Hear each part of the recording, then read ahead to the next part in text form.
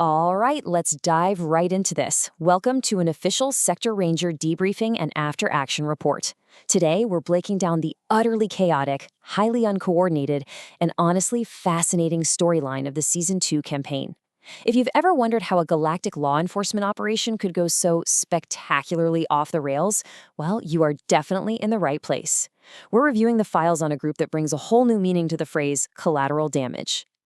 So think about it for a second. What actually happens when you hand a bunch of complete misfits badges and real authority? In this explainer, we're tracking the hilarious, galaxy-hopping journey of our so-called heroes. I mean, they start out with just bumbling incompetence, struggling to coordinate even the simplest tasks, and somehow they end up face-to-face with a legendary, hyper-competent Admiral Thrawn. It's an incredible journey of epic fails, terrible decisions, and honestly, miraculous survivals. So, for our Sector Ranger mission briefing today, we're going to cover 4 quick things: meeting the Misfit Rangers, the Governor's Grand Hunt, the Thrawn Duel, and finally, investigations and sabotage. Starting right off with Section 1, Meet the Misfit Rangers, going from novices to law enforcement. The sheer dysfunction of this team dynamic is honestly staggering. Just look at the roster we're dealing with. We have Kayana, a martial artist and the deeply reluctant leader who is quite literally trying to herd cats. Then there's B1337, a hacked battle droid who openly despises his team, constantly referring to everyone as meat sacks. You've got Piper, the sniper who is utterly convinced she's just wonderful, Kadikia, an incredibly overconfident survivalist and gambler, Carlette, the enforcer who gets stuck cleaning up everyone's messes, and eBay, a Jawa mechanic with a terrifying love for roulette and mechanical sabotage. This, folks, is our crack law enforcement team. And their priorities are perfectly summed up by the bizarre, legendary loot they picked up this season. On one hand, you have incredibly lethal items, a 50,000 credit crate of black market thermal detonators, toxic gas sacks harvested from a giant flying beast, and dual Mandalorian dueling swords which were mockingly gifted to them by Thrawn himself. On the other hand, they somehow acquired glow-in-the-dark hot pink pants. And the kicker? They don't even have pockets. Truly a terrifying arsenal. Moving on to Section 2, the Governor's Grand Hunt, also known as the Kidron Incident. Before we even get to the hunt itself, you really gotta understand their reputation. Down on the toxic planet of Kidron, the locals have this specific slang term for people like our party. They call them the Unluckies. It basically refers to unfortunate souls born outside the sector who somehow end up doomed to work there as rangers. It perfectly sets the stage for how the locals view our bumbling party before they even set foot in the jungle. So the party gets tasked with escorting the governor on a hunt for this giant, toxic, flying manta ray creature. And what do? They immediately split the party, creating simultaneous chaos. On the ground, the team is fighting a massive, paralyzing beast that literally emits a toxic gas cloud when it gets agitated. It's a desperate fight for survival. But meanwhile, up in orbit, B1337 has accidentally taken off in the governor's ship without authorization and is actively arguing with Imperial Lieutenant Pelion, nearly getting blown out of the sky and causing a massive international incident.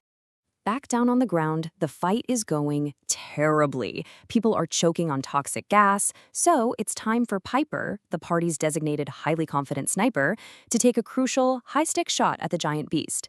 She lines it up, pulls the trigger, and I hit a tree. That's a direct quote. The supposed sharpshooter completely misses the giant floating creature and shoots a tree instead. It's the ultimate comedic punchline for their combat effectiveness. So how does this epic hunt actually resolve? Well, definitely not with our heroes saving the day.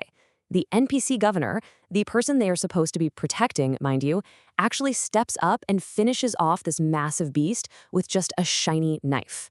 And where are our heroic rangers during all this? Piper and Podkia have been knocked completely senseless by the beast and are just lying unconscious on the ground, covered in toxic slime. Just an absolutely humiliating resolution. Which brings us to Section 3, the Thrawn Duel, or as it should be called, an utter humiliation. Okay, picture this. Kadkia, for some reason absolutely full of misplaced confidence, challenges the hyper-competent Admiral Thrawn to a duel over those Mandalorian swords. Now, Thrawn engages in absolute psychological warfare here. He steps up to the duel wearing 0 armor. None. He is wearing just a single pair of pants, and get this, he doesn't even put on boots. He shows up to a deadly sword fight barefoot, radiating supreme confidence, basically signaling he doesn't think Kakia can even land a scratch on him. Let's just walk through this incredibly painful deconstruction because it is a flawless victory. First, Thrawn easily dodges Kadakia's opening strikes. Then, he actually swats her on the behind with the flat of his blade, just a deeply humiliating warning. Next, he effortlessly disarms her first vibro sword, sending it flying across the room. After that, he casually knocks the second sword right out of her hand. And finally, he strikes her down, leaving her perfectly at her physical threshold, unconscious on the floor. He completely dismantled her without even breaking a sweat. And as Kadakia collapses, totally defeated and disarmed, Thrawn delivers this devastatingly polite insult. He says, "You seem to be careless with those swords. Are you sure you've learned how to use them?" I mean, ice cold, right? It perfectly encapsulates his composed, ruthless nature. He doesn't just beat his opponents, he clinically exposes their complete lack of skill. All right, wrapping things up with Section 4, Investigations and Sabotage, Tracing the Thrawn Itinerary. After totally humbling them, Thrawn sets the survivors on this completely ridiculous travel itinerary. It's a sprawling, chaotic, galactic road trip. First, they have to go to Planet Coin to pick up animals. Then, they need to travel to Planet Karad to retrieve a Jawa's missing package. From there, it's off to Planet Torina to find someone named Fabio who went missing. And finally, Planet Darylin to locate a missing Mandalorian ship. It's a logistical nightmare for a group that can barely manage to fly a transport ship without accidentally calling the Imperial Navy. Along this crazy journey, they stumble into a black market bazaar, which really highlights the strange galactic economy they're dealing with. The pricing disparity is just massive.